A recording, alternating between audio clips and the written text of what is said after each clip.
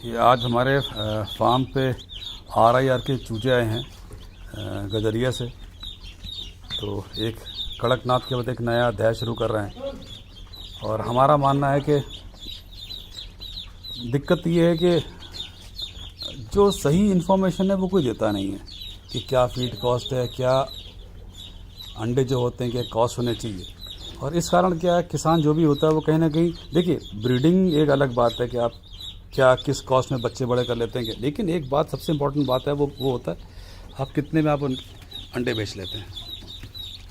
तो कोशिश हमारी है कि लोगों को समझाया जाए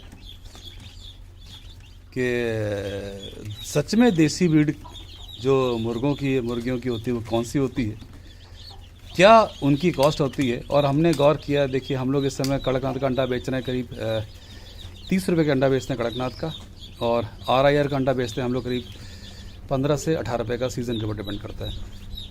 और मैं इतना मानता हूं कि आज के दिन भी ये धंधा कोई नुकसान का नहीं है। बस फ़र्क क्या है कि आपको लोगों को समझाना है कि ये बेसिकली सच में देसी अंडे, देखिए लोग पैसे देने के लिए तैयार बैठे हैं, लेकिन होता क्या है आप भी जानते हैं कि शहरों में हर ठेले पे आपको रंग बिरंगे अंडे के दिखाई देंगे और हर लोग आपको बताएंगे कि ये देसी हैं।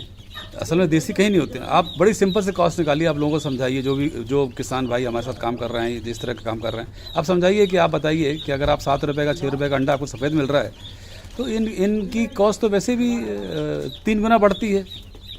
कहाँ 300 सवा 300 अंडे साल के और कहाँ 130 अंडे।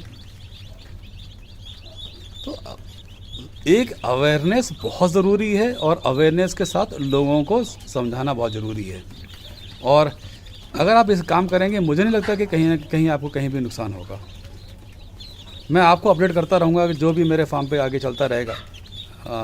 बेसिकली मैं एक डेयरी फार्मर हूँ, गायों का काम भी करता हूँ, मेरे पास घोड़े भी हैं, मेरे पास चूजे भी हैं, बतखें भी हैं। और ये सब कंबाइंड एफर्ट्स में क्या होता है कि जो एक लेबर प्रॉब्लम होती है, ये फिर जो कंबाइंड जो खर्चे होते हैं, जैसे बिजली का हो गया, खाने पीने का हो गया, लेबर का, ये सब डिवाइड हो जाता है। तो अब अगर आप जब तक कॉम्प्रहेंसिव और एक कंबाइंड पैकेज नहीं करेंगे फार्म पे, तो नुकसान आपको होता ही रहेगा।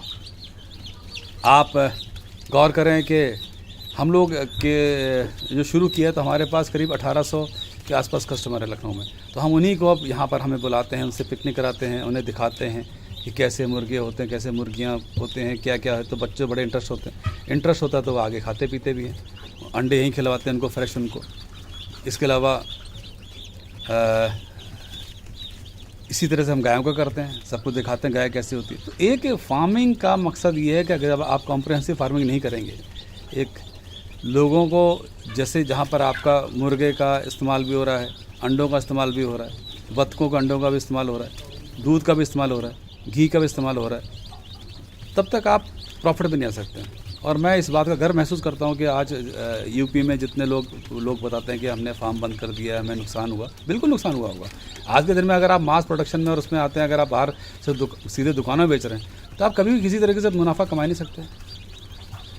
किसी भी किसान भाई को, किसी को समझना हो इसके बारे में, कुछ भी करना हो, मैं कोई बहुत बड़ा कंसल्टेंट नहीं हूँ, लेकिन जो भी काम करता हूँ अपने प्रैक्टिकल एक्सपीरियंस से करता हूँ।